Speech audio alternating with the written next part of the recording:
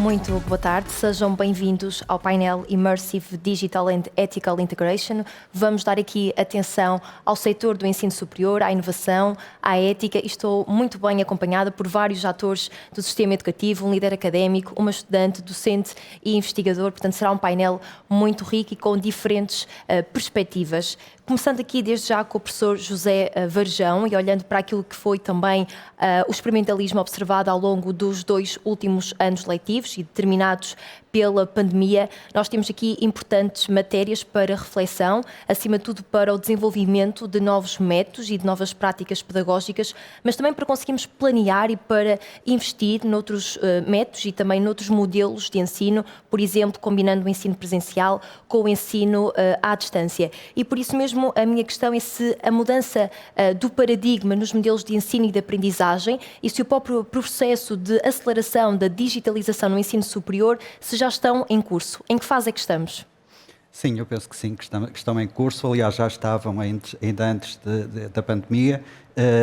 desde logo em resposta a uma alteração muito clara nas expectativas dos estudantes. Há claramente, à medida que se vão sucedendo as gerações, uma expectativa diferente relativamente ao modo de aprender e, portanto, também de ensinar, e isso tinha, evidentemente, disputado um processo de inovação pedagógica, se quisermos, e de utilização de novos métodos de ensino e aprendizagem. O que aconteceu com a pandemia, efetivamente, foi que ela acabou por acelerar um pouco por necessidade esse processo, desde logo porque alguns dos métodos habitualmente utilizados deixaram de poder ser plenamente aplicados e também porque a pandemia, e de facto o que fez foi acelerar a disponibilização de meios que já existiam, que já estavam a ser utilizados, que já estavam a ser experimentados, mas que por força das circunstâncias tiveram que se generalizar. E o facto de termos mais instrumentos em cima da mesa e um acesso mais rápido a eles também precipitou a sua aplicação e por essa via também a resposta a esses anseios que já havia e também a uma maior disponibilidade, porque as alterações geracionais também se vão fazendo do lado dos professores para os usar. E, portanto, neste momento, aquilo que eu penso que nós temos é, de facto, uma experiência que nos permite refletir de forma melhor, mais informada, como responder a essas expectativas em mudança, combinando modos de ensino presencial com modos de ensino à distância, e nós sabemos que cada um desses regimes, sabemos agora claramente que cada um desses regimes tem vantagens em diferentes dimensões dos processos de ensino, no que diz respeito quer à transmissão e aquisição de conhecimentos, quer ao desenvolvimento de competências, mas também a forma como usar as novas tecnologias que, como digo, já estavam a ser desenvolvidas e já estavam disponíveis, mas que agora são mais generalizadamente acessíveis a todos os protagonistas dos processos de ensino e aprendizagem, quer na modalidade de ensino à distância, quer na modalidade de ensino presencial. Sem evidentemente, questionar a importância de cada uma delas, mais nos domínios da transmissão de conhecimentos e da aquisição de conhecimentos, por um lado, e mais no domínio do desenvolvimento de competências. E, portanto, eu penso que o processo que estava em marcha e que era imparável, conheceu de facto agora uma aceleração que vai, evidentemente, permitir avançar mais rapidamente em direção à satisfação das expectativas de uns e de outros e, em particular, dos estudantes, com uma tendência que é inelutável e que é desejável de centrar cada vez mais esse processo no estudante e reservando-se o docente a um papel novo, mas igualmente importante, porque o conhecimento é fundamental e esse conhecimento é o que vai permitir o processo de aprendizagem ao longo da vida, que repetidamente temos ouvido ao longo do dia salientar como fundamental num mercado de trabalho em mudança e numa economia em mudança, e agora temos esse conhecimento que é valioso para fazer a mudança que já estava em curso, mas que importa concluir.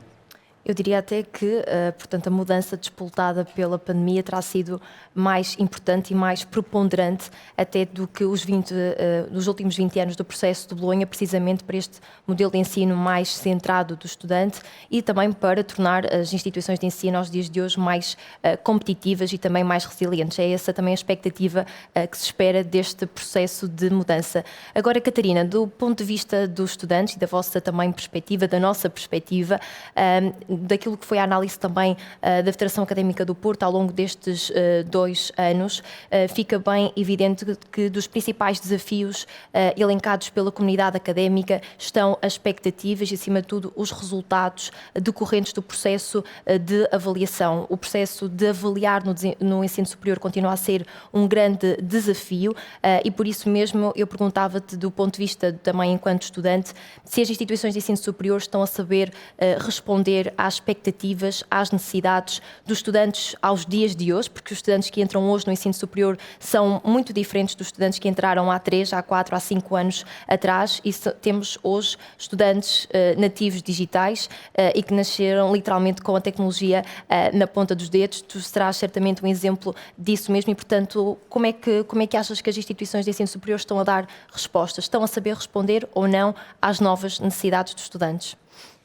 Como nós sabemos, a pandemia da Covid-19 foi um desafio que nunca tinha sido antes enfrentado por estas instituições e estas tiveram que, em tempo recorde, desenvolver soluções quer para o ensino, quer para a avaliação, que minimizassem o contágio dos alunos. No entanto, o que se verificou é que estas tiveram algumas dificuldades de adaptação, quer pela rigidez, quer também pelos métodos de ensino muito dispositivos, que raramente recorriam à tecnologia, e também pelos docentes que estavam pouco habituados a utilizar as tecnologias que foram adotadas no ensino à distância. Sendo assim, eu considero que é importante promover a formação contínua dos docentes do ensino superior, e isto porque, não só por aquilo que eu observo, mas também porque alguns amigos e colegas de outras áreas observaram que há um claro envelhecimento do corpo docente e este tende a agravar-se quando acabam por se acomodar a métodos de ensino que já não envolvem tanto os alunos, que já não estão adaptados a estas novas gerações, ou seja, que não estão adaptados aos alunos que nasceram com a tecnologia na ponta dos dedos. E para isso eu penso que os docentes devem ter formação anual obrigatória, não só com o funcionamento de novas tecnologias, mas também para a atualização dos currículos das disciplinas que eles próprios lecionam, porque uma das queixas bastante comuns dos alunos é que os currículos das disciplinas são muito rígidos, os métodos de avaliação são muito limitados, mas eu penso que a inteligência artificial, dentro de breve, poderá surgir como uma forma de colmatar esta falha, ao conseguir criar ou até sugerir currículos personalizados para os alunos, com base em dados introduzidos quer pelos docentes, quer pelos próprios alunos, mas também virá facilitar o tal processo de avaliação, fazendo com que os alunos tenham que completar certos requisitos para desbloquear, por exemplo, novos níveis da sua formação. Mas ao falarmos destas tecnologias, acaba por ser inevitável falar também do ensino híbrido, que se tornou muito comum durante a pandemia, mas que eu acredito que vai evoluir e se vai tornar num dos métodos preferenciais de ensino, não só pela facilidade do acesso às salas de aula, porque não há necessidade da presença física de um professor, mas também porque dá a oportunidade aos alunos de verem, de aprenderem, de ouvirem ao seu próprio ritmo, seguindo, portanto, este modelo híbrido. E, por fim, se quisermos falar do Immersive Learning em Portugal, de introduzir esta metodologia em Portugal, temos que primeiro olhar para quem vão ser os docentes que vão estar a levar a cabo este ensino, porque se neste momento temos docentes mais velhos que estão mais habituados a um ensino tradicional, temos naturalmente que ter um período de adaptação. Mas eu creio que é urgente introduzir esta mudança tecnológica nas nossas instituições de ensino superior. Obrigada pelo teu contributo. Agora, o professor Nuno Moutinho, nós durante este período assistimos muitas vezes até à diabolização da tecnologia, portanto, colocando aqui o ensino presencial e depois o ensino online quase que em extremos diferentes e não numa visão complementar. E por isso mesmo eu perguntava se considera que as instituições de ensino superior estão a inovar e estão a apostar em ferramentas e em novas plataformas digitais por uma questão de moda, de tendência, ou porque há um reconhecimento implícito do valor que pode ser acrescentado ao próprio processo de formação. Como é que olha para isto e, acima de tudo, o que é que está a ser feito e o que é que ainda falta fazer? Certamente ainda há muito para fazer neste domínio. Sim, e eu diria não foi uma questão de moda, foi uma questão de emergência, não é? De repente todos tivemos que ir para casa, o o online foi a única forma que houve de mantermos o contacto com os nossos alunos e, portanto, estando o docente adaptado ou não, estando preparado ou não para usar esses métodos e esses instrumentos, não havia outra hipótese, não é? Não havia outra forma, era mesmo a única via que realmente o docente tinha para manter as aulas e para transmitir os conteúdos. Portanto, foi um ensino de emergência. Agora, o que é que falta a ser feito? Falta essencialmente aquilo que verdadeiramente importa, que é mudar os métodos de ensino. Só que mudar os métodos de ensino é algo que demora tempo, não é? Agora, nós temos que... Nós também não podemos colocar tudo no mesmo saco, não é? O primeiro ciclo é uma coisa, os planos curriculares do primeiro ciclo exigem que as hard skills tenham ali uma componente forte, é óbvio que sim. Agora é preciso também, já no primeiro ciclo, ir introduzindo métodos em que, como foi dito, o aluno tem que estar no centro, o aluno tem que ser o centro da nossa ação, o futuro destes alunos, as competências essenciais para que eles depois possam, mais tarde, entrar no mercado de trabalho, serem cidadãos ativos, é algo que deve nos estar a preocupar todos. E, portanto, falta, se calhar, dar mais importância até aquilo que as atividades pedagógicas têm na carreira docente em si. A pedagogia ainda é quase um resíduo. O essencial é um docente investigar bem, publicar bem. Por vezes, essas atividades pedagógicas vêm em segundo plano, quando ela acaba por ser a essência da nossa ação, não é? E, portanto, nós temos que pensar nisso, temos que pôr o aluno sempre e pensarmos que é essencial este dever que temos de formação dos nossos alunos. Eu acho que o problema maior está no primeiro ciclo, com um método, se calhar, que se centra muito no métodos muito positivos, em que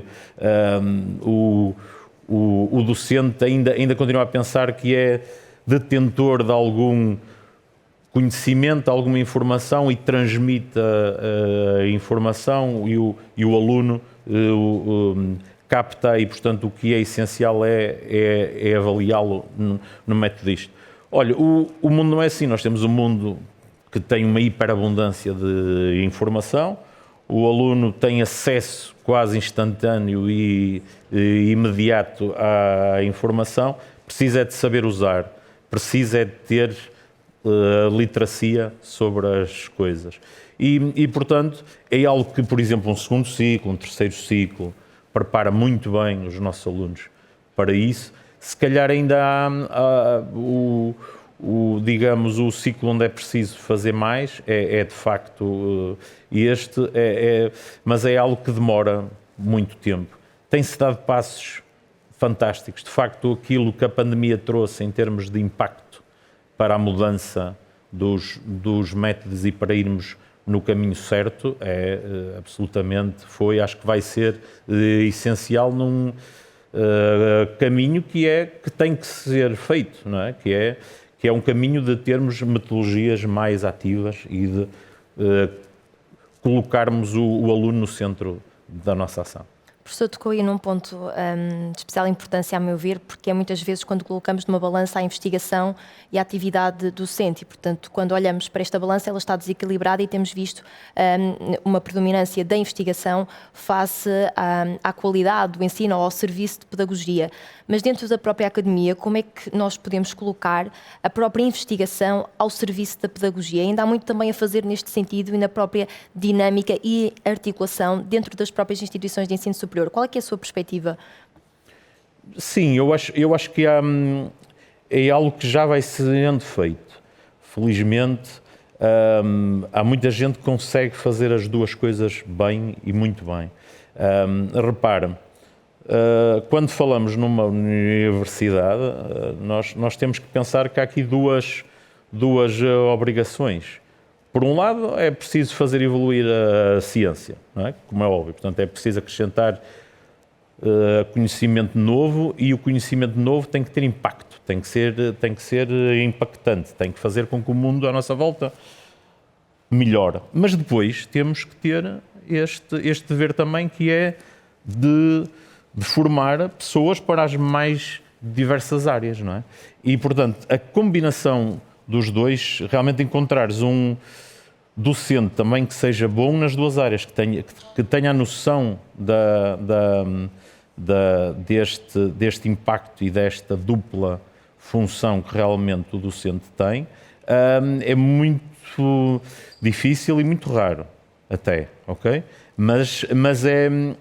é algo que eu sinto que se vai procurando fazer todos os dias, cada vez mais, sobretudo a nível de segundo ciclo e terceiro ciclo. Nós vemos cada vez mais o Project-Based Learning a ser posto em prática, não é? Aliás, a Catarina está aqui como estudante de uma unidade lecionada por mim, que é precisamente na Faculdade de Economia do Porto, que assenta nisso. Houve um desafio lançado aos próprios alunos, eles têm uma série de hard skills que têm que usar, mas são livres de as usar, estão em ligação com o mercado e têm que conseguir isso. Portanto, este balanceamento entre hard skills e soft skills, esta aplicação das hard skills em contexto real, conseguindo que as duas coisas aconteçam ao mesmo tempo, é aquilo que cada docente procura fazer, mas é algo que é muito difícil de ser feito, e também temos que ter a noção disso, e temos precisamente, como o professor Varjão disse, temos que ir caminhando, dando os passos que já vêm sendo dados, mas é um caminho que tem que ser feito para que estes dois objetivos se consigam alcançar a brevíssimo trecho. Ou até num caminho futuro em que o próprio docente possa escolher a sua área base de atuação e, portanto, até depois numa fase em que possa oscilar entre o serviço da pedagogia, a própria investigação, e escolher aqui uma área base de atuação. Retomando aqui a parte da ética, porque também é sobre isso que estamos a falar, e, portanto, também ao longo do dia ficou patente que, de facto, nós estamos num mundo em que já não há um emprego para a vida toda, e por isso até recordando aqui um bocadinho a visão darwinista, porque não é o mais inteligente nem o mais forte que sobrevive, mas sim aquele que melhor se adaptar. Eu creio que também, olhando para a educação hoje, os estudantes devem ser também formados com base nesta filosofia e, portanto, aqui trabalhando-se uma política de competências que são essenciais para dar resposta à sociedade em tamanha transformação. E por isso mesmo, fazendo aqui um bocadinho a ponte desta importância das competências, as competências do presente e do futuro, aos dias de hoje, e de forma muito direta para os três, o ensino atual é eticamente responsável? Sim, não? E, portanto, deixar aqui esta pergunta exploratória, dando aqui também a palavra ao professor José Varjão. Sim, eu acho que entendido nesse sentido de responsabilidade perante o estudante e a qualidade da formação e as perspectivas que essa formação lhe abre, o ensino eu acho que sem dúvida que é eticamente responsável nesse sentido e noutros, certamente. Agora, o que eu penso que está em causa é as expectativas dos estudantes e as perspectivas do mercado de trabalho mudam. E, portanto, isto é um processo contínuo de reequilíbrio das várias componentes dos processos de ensino e de aprendizagem e da abordagem a cada um deles. E, portanto, eu penso que é nesse sentido que a questão se deve colocar. E alguns dos temas que já foram aqui discutidos nesta sessão e nas sessões anteriores passam precisamente por aí. Por exemplo, a questão do ensino centrado no estudante, que é de facto a forma responsável de encarar o processo de ensino, é depois arrasta atrás de si todas as outras dimensões que acabamos de referir, o peso relativo das atividades de investigação e das atividades de ensino, a questão do presencial e do à distância, a questão dos meios tecnológicos que nós tendemos agora, por força desta experiência recente, a equiparar ou a assimilar à dimensão à distância, mas que de facto a questão da transformação digital é relevante quer para os processos de ensino e aprendizagem presenciais, quer para os processos à distância. E, portanto, tudo isto é arrastado, e depois a própria questão da avaliação e das formas de avaliação, e avaliação para quê e de quê, não é? E, portanto, tudo isso é influenciado pela forma como nós encaramos o processo de ensino e aprendizagem e pela forma como concebemos o contributo de cada uma destas dimensões. Eu gostava de salientar apenas 3 pequenas notas. A primeira, a questão do peso relativo da investigação e da pedagogia ou da atividade letiva. É seguramente muito importante, mas eu penso que nós temos que, ao discutir essa questão, não esquecer aquilo que é diferenciador no ensino superior. E o que é diferenciador no ensino superior é que, precisamente, o ensino superior é um sistema de transmissão, aquisição de conhecimentos que ele próprio produz. E, portanto, as duas atividades não podem estar dissociadas. É preciso, evidentemente, monitorizar o risco permanente de desvio para um lado ou para o outro, mas as duas são essenciais e é isso que faz a riqueza, mas também é isso que é a natureza do ensino superior. Esse era o primeiro ponto que eu gostava de referir. O segundo, a que já aludi anteriormente, é precisamente a ideia de que a transformação digital é uma nova porta que se abre, nova, enfim, já está entreaberta, mas que se abre, quer ao ensino presencial, quer ao ensino à distância. Não é a substituição de uma coisa pela outra, e conforme eu também já referi anteriormente, foi muito claro neste processo de necessidade que nós passamos de ter uma componente forte e às vezes completa, integral de ensino presencial, de ensino à distância, que o próprio processo de ensino à distância salienta a necessidade da formação em determinadas áreas das competências dos estudantes, nomeadamente a autonomia e a gestão pessoal, sem a qual o processo de aprendizagem teria sido muito mais difícil, e foi, aliás, a dificuldade imediata que grande parte dos estudantes sentiram na passagem de um regime para o outro completamente oposto, foi a esses 2 níveis, autonomia e gestão pessoal, nomeadamente planificação de atividades, gestão de horários, esse tipo de questões. E, finalmente, a questão fundamental que a Gabriela também colocou dos 2 tipos de formações, em conhecimentos e em competências. E, precisamente, nós também sabemos que as duas, portanto,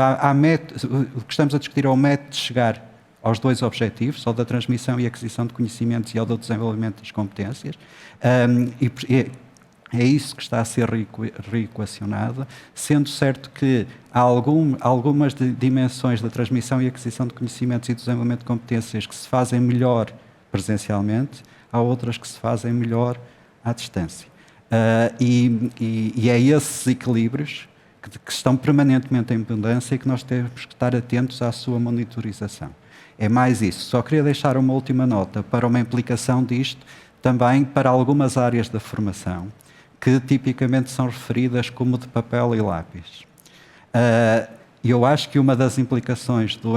da transformação digital é que essa diferença entre o papel e o lápis e as outras, mais de natureza experimental, aparentemente com necessidade de outro tipo de recursos, se vai esbater, e isso eu penso que devia ser um tema relevante para a discussão sobre política de ensino, nomeadamente superior.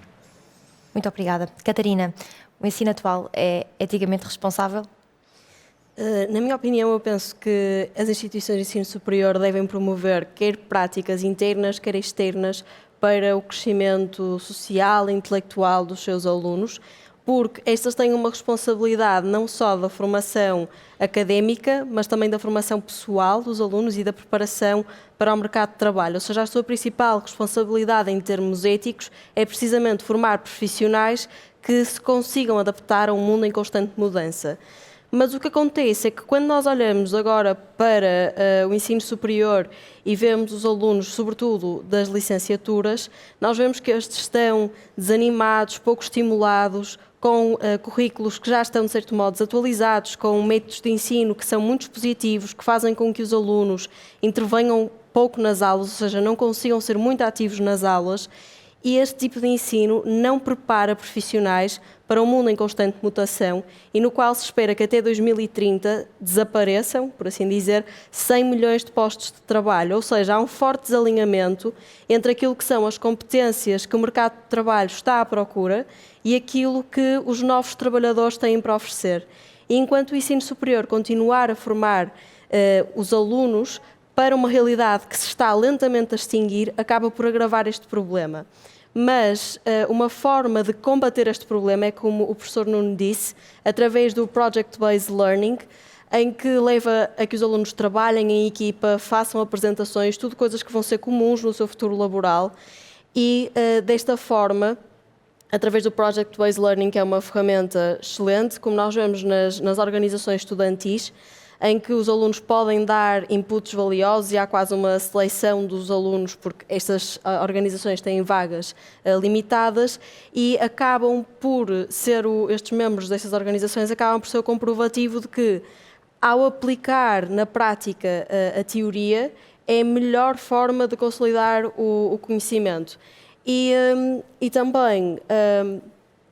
esta aplicação prática da teoria, eu enquanto aluna da FAPE,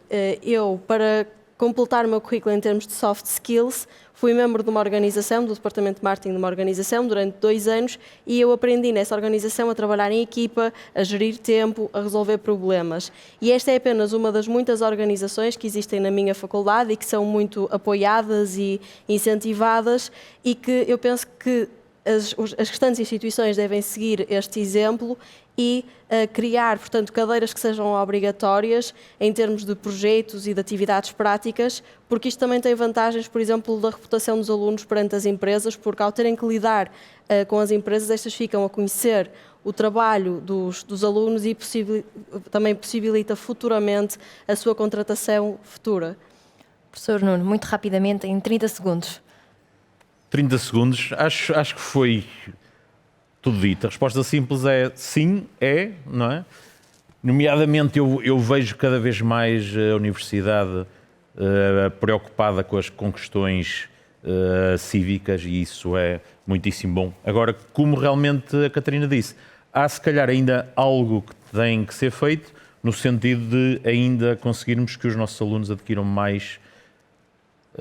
competências, sobretudo nesta área das soft skills. E em 30 segundos não dá para dizer mais. Muito obrigada aos três e terminamos com a certeza de que o futuro da educação será determinado por visão e por vontade política também, para que as reflexões como as que hoje estão aqui a produzir se traduzam depois em ações. Muito obrigada.